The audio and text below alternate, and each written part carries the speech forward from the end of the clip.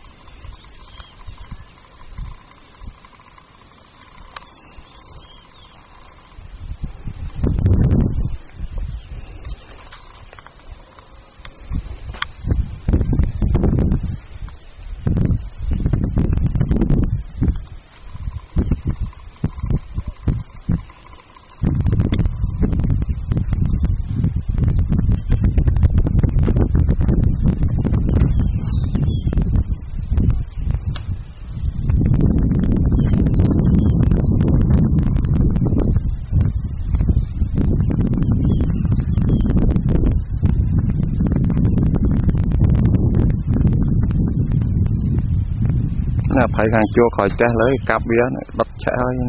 nó hòm cặp bía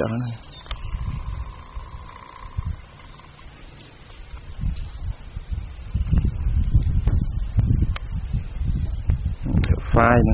đam này cái thùng bánh năm